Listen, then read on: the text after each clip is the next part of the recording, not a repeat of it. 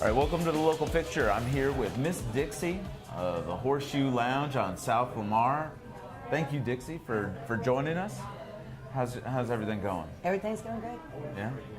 Well, we're here having a little bit of a revival, as we just said, a revival and a rebirth of the Horseshoe Lounge as things are changing here on South Lamar.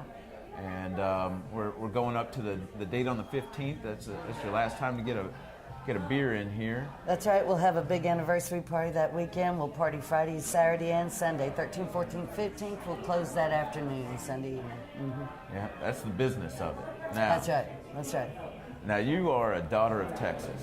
Yes. All right. Proud daughter of Texas. Where do you come from? The Golden Triangle? The Golden Triangle. That's right. Southeast Texas.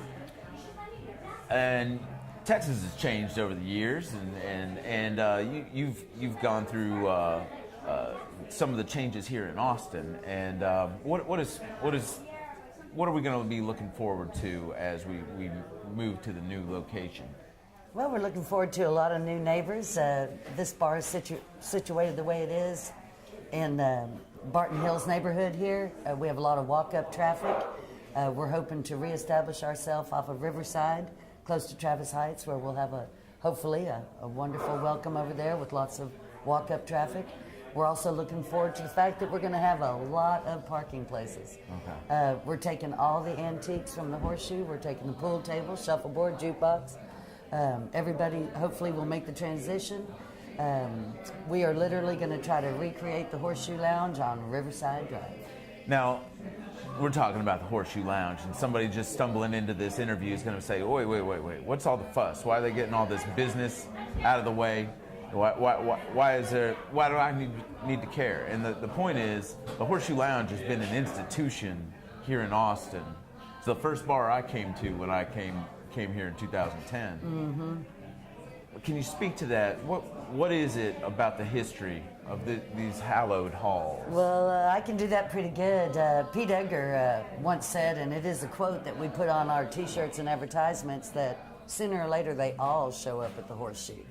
And it is that vibe, that family attitude, that place you can walk in safely, get a beer, enjoy a pleasant conversation, get a game of pool. We have a lot of avid shuffleboard fans that play shuffleboard here. You all have a league that runs through here. Remember? Not a league so much as just a bunch of good people getting together to have fun. Absolutely. Now, one of the best jukeboxes in town. That's a very humble response to that question, but let's be honest. They come here for a couple other reasons. We've got some great bartenders behind the pine there. Yes, you're absolutely right. And you yourself included. Well, thank you very much. I think a bartender that loves their job, that loves where they are, that loves their customer, can't help but be a great bartender, you know. What is it that makes a great bartender? Well, I think warm personality.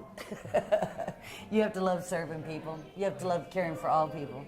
You got to kind of sometimes be a third grade teacher. Right. And make them follow the 3 R's. You know, make them trainer. Make them act right. Make them follow their manuals. But I think a great bartender just loves their customers, enjoys serving people, and if they're lucky, they get to work in an establishment like this, where I followed my favorite bartender, Barbara, who ran this bar like Tina, the owner, who ran this bar like her mother, the founder. And I think that never changes at the Horseshoe. Reed Wilson, the other nighttime bartender, runs this bar. We agreed a long time ago on how we were going to conduct ourselves here, and we've been doing it almost 10 years now. I felt that the moment I walked in here, and I think that's something everybody, you know, in their mind as we go to the new transition. They say, how is it going to be different? How's it going to stay the same? And the one thing that's going to stay the same is the people. Right. But yes, we're very lucky. People are already committing to follow us. Even Booty West, he was the second customer that walked into the Horseshoe Lounge. He's even going to follow us over to the Riverside location. He feels like we found a place that's close enough. It's still in the 04.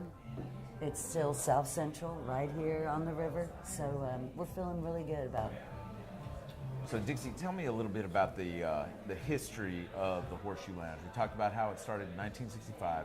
How did it come to fruition?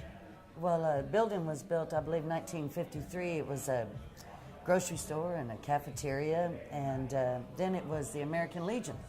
And Jimmy Ewan, the founder of the Horseshoe Lounge, ran that bar for the American Legion. And then when the American Legion's new facility was finished downtown, they moved out, and they had the idea that Jimmy and Rennie, his beautiful wife, Tina's mother, would open their own bar here. And that's when they opened the Horseshoe Lounge, February 1965. There was very little out here. The Broken Spoke had just recently opened down the street, and they just celebrated 50 years. And ever since then, this bar has been passed down the family.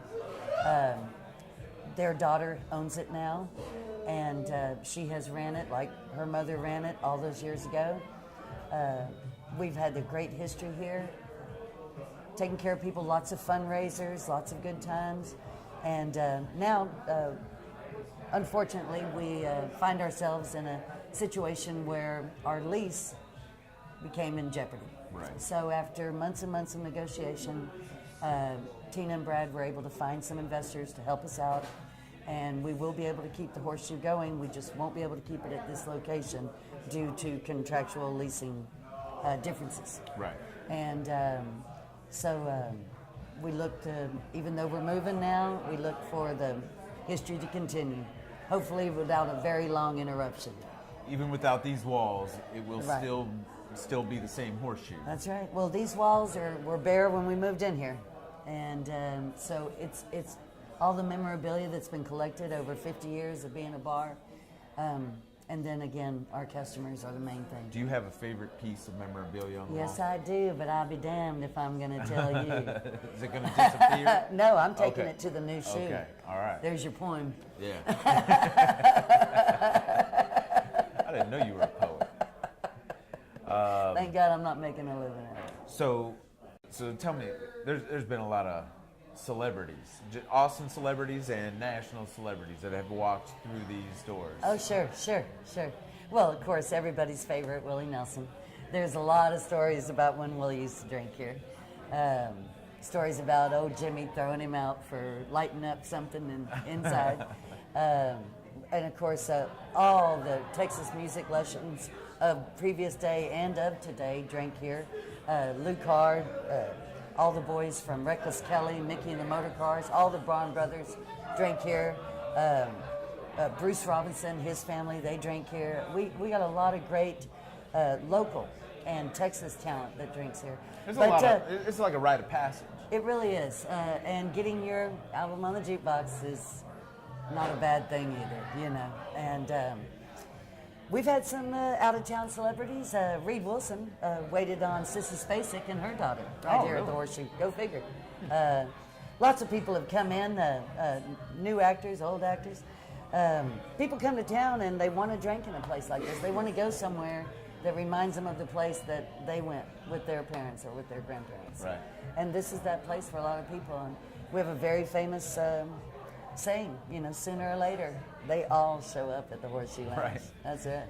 What are your first thoughts about getting to the new place? You got any thoughts on that? Like how you gonna break it in? Are we gonna do anything special? How about a piñata? Oh, yeah, hey man, I'm always up for a piñata. I'll sneak some fireworks in when nobody's looking. We got some good traditions around here. I'm sure we're gonna bring them all. We love to cook for one another up here. We're always having free food.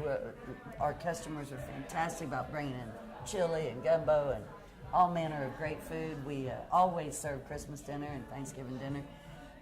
We usually have a big meal New Year's Eve right up here at the Horseshoe.